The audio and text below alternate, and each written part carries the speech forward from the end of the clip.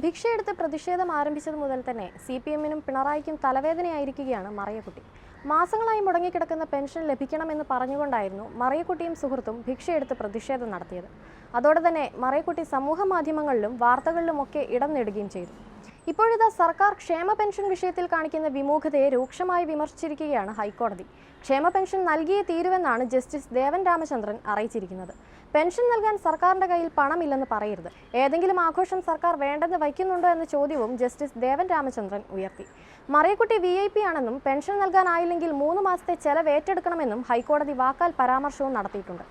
5 മാസമായി വിധവാ പെൻഷൻ ലഭിക്കുന്നില്ലെന്ന് ചൂണ്ടിക്കാട്ടിയായിരുന്നു മറിയക്കുട്ടിയുടെ ഹർജി.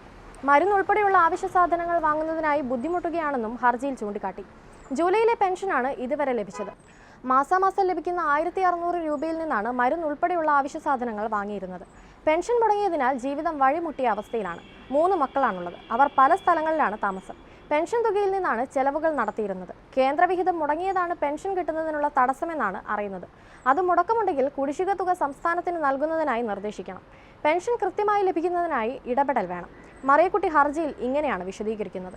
പെൻഷന് വേണ്ടി കേന്ദ്ര സർക്കാർ വിഹിതം നൽകിയിട്ടുണ്ട്. സാമൂഹ്യക്ഷേമ പെൻഷൻ നൽകാനായി കേരളം മധ്യസ്ഥ പിരിക്കുന്നുമുണ്ട്. ഇതുവരെ പിരിച്ച തുക പെൻഷൻ നൽകാൻ മതിയായതാണ്. പെൻഷൻ കുടിശ്ശിക ഉടൻ നൽകണം. ഭാവിയിൽ പെൻഷൻ കുടിശ്ശിക വരുത്തരുതെന്നുമാണ് മറിയക്കുട്ടിയുടെ ഹർജിയിലെ ആവശ്യം. മറിയക്കുട്ടി നൽകിയ ഹർജിയിൽ നാളെ സർക്കാർ മറുപടിയും നൽകണം. ഏതായാലും മറിയക്കുട്ടി വിഷയത്തിൽ പ്രതിസന്ധിയിലായിരിക്കുകയാണ് പിണറായി സർക്കാർ. കാരണം ഹൈക്കോടതിയിൽ നിന്നും ഉയർന്നിട്ടുള്ള ചോദ്യം തന്നെ.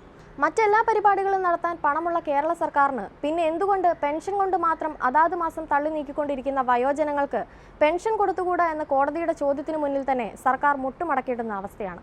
സർക്കാരിനെതിരെ മറിയക്കുട്ടി രംഗത്തിറങ്ങിയപ്പോൾ തന്നെ അവർക്കെതിരെ പലതരത്തിലുള്ള വ്യാജ പ്രചരണങ്ങളും CPM മുഖപത്രമായ ദേശാഭിമാനിയിലടക്കം പ്രത്യക്ഷപ്പെട്ടിരുന്നു. എന്നാൽ അന്നൊക്കെ തനിക്കെതിരെ ഉയർന്നു വന്ന വ്യാജ പ്രചരണങ്ങളെ നിയമപരമായി നേരിടുകയായിരുന്നു മറിയക്കുട്ടി. നിലവിൽ മറിയക്കുട്ടിയുടെ 3 മാസത്തെ ചെലവ് സർക്കാർ ഏറ്റെടുക്കുമോ എന്നതാണ് ഇനി അറിയാനുള്ളത്. അതിന് സർക്കാർ തയ്യാറായില്ലെങ്കിൽ തനിക്ക് അർഹതപ്പെട്ട പെൻഷൻ തുക ലഭിക്കും വരെ മറിയക്കുട്ടി പോരാട്ടം തുടരുമെന്ന കാര്യവും അതിന് പിന്തുണയുമായി കേരളം കൂടെ ഉണ്ടാകുമെന്ന കാര്യവും ഉറപ്പാണ്.